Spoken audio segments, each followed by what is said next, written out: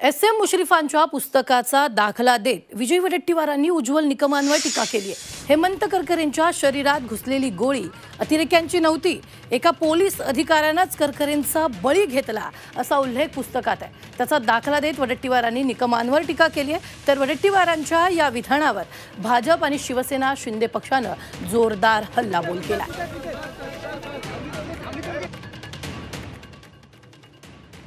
SM.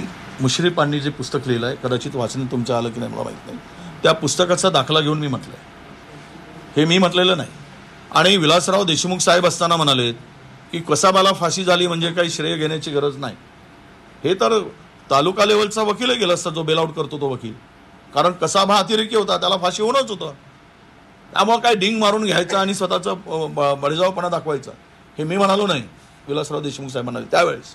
म्हणजे त्याची पातळी काय ते ओळखली होती। मला अधिक बोलायचं नाही, बोलतील तर मग त्याच्या पुढचं बोलेल, त्याची सगळी माहिती आहे।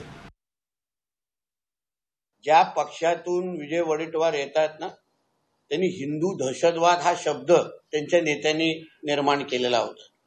म्हणून काँग्रेस पक्ष जे आमचे मोदी साहेब वारंवार बोलताय ही मुस्लिम लीगचीच भाषा करतायत। उद्या अगर काँग्रेसची सत्ता आली तर हे कसाबचा पण स्मारक बांधून टाकतील, त्याच्यामध्ये पण मागे पुढे वागणार नाही। म्हणून विजय वडेट्टीवारांची भाषा ही खरी काँग्रेसची मानसिकता आणि काँग्रेसचा दृष्टिकोन दर्शवतं, म्हणून ह्याच्यामध्ये आश्चर्य वाटण्यासारखी गोष्ट नाही।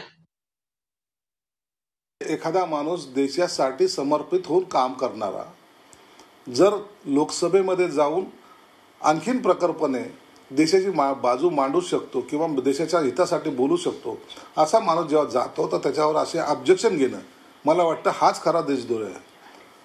सरकारी वकील बनून पैसे कमवता येत नाही।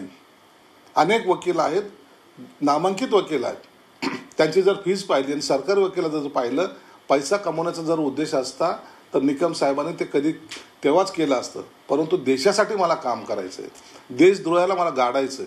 अनेक लोकांना जेलमध्ये टाकणारे उज्ज्वल निकम